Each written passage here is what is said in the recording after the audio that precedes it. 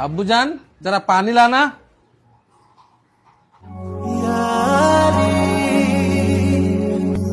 फातिमा तुम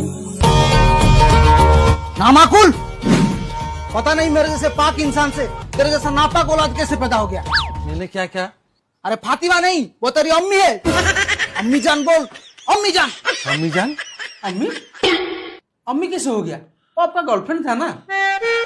दरअसल वो मेरा खाला का लड़की था। खाला की लड़की मतलब बहन होगा ना आपका? हाँ। बेटा भौणी।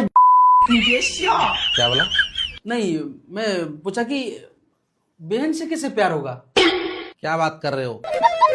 मेरे अब्बू के वो भांजी लगेगी, वो शादी कर सकती है तो मैं प्यार क्यों नहीं कर सकता? मतलब वो अब्बू उससे शादी कर लिया? हाँ। आप पढ़ाई पर